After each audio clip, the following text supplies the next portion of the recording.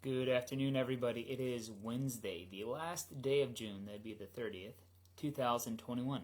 I just wanted to check in with everybody, let you know that you are loved, that you are just a valuable person, that there's nothing you can say or do that makes God love you more or less. And so embrace that and become the person that God desires to see you be.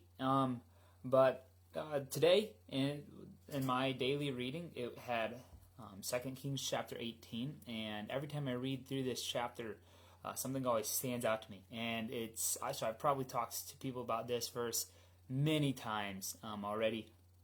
But in 2 Kings 18, we have Hezekiah just being a good king, which was rare. 2 Kings is just an account of failure after failure after failure. So we have this recorded where it says, so Hezekiah, verse 2, he was 25 years old when he became king, and he reigned in Jerusalem 29 years. His mother's name was Abijah, daughter of Zechariah.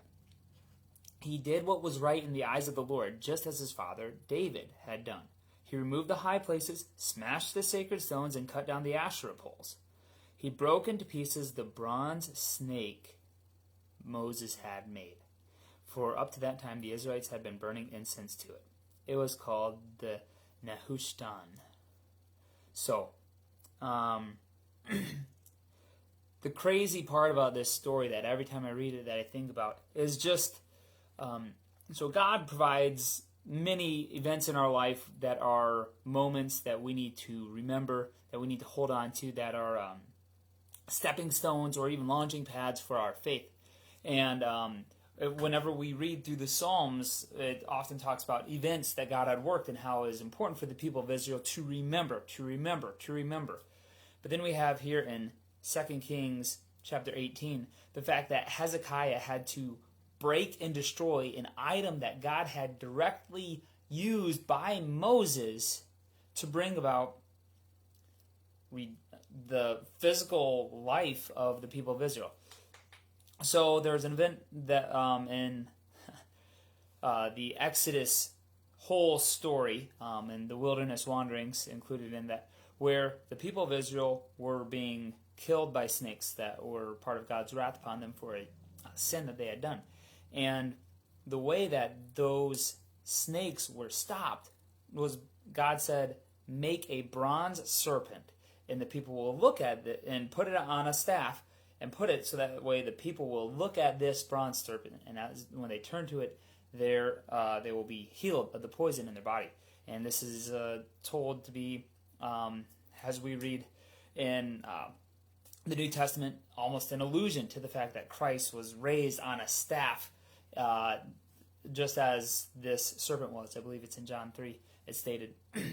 But this Nehushtan was a blessed item. This was awesome. I mean, this was literally something that God used to bring about a miracle. But the people sought this miracle item. So the medium, the item, the means by which God blessed and healed the people, rather than seeking God himself. And it falls right in line with the same things of being the high places, the sacred stones, and the Asherah poles.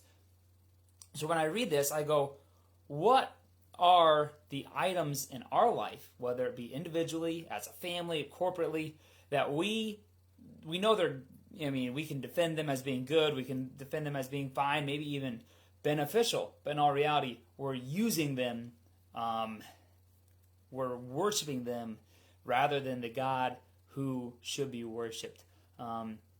There's so many things in our lives, things that are good, that we make them become the focal point.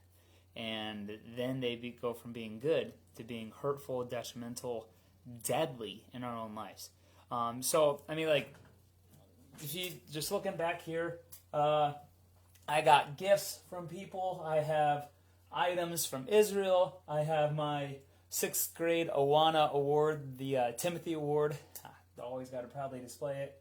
I have gifts from the reading class that was part of the 5th grade class that was here in the school over the year. I have my Matheny House Purple Lay I have books from seminary and undergrad.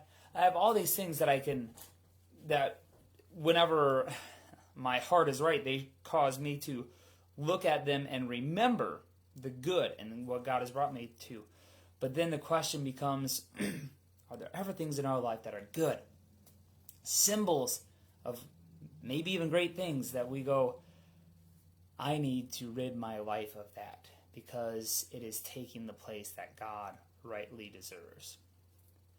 And so every time I read 2 Kings 18, I just ask myself, what are good things that I have made equal to God or put in place of God? Or maybe not equal to God, but they still get too much glory instead of God.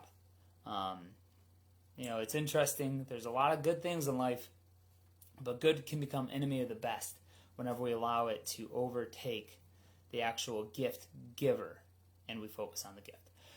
Once again, you are loved, you are wonderful, have a blessed and wonderful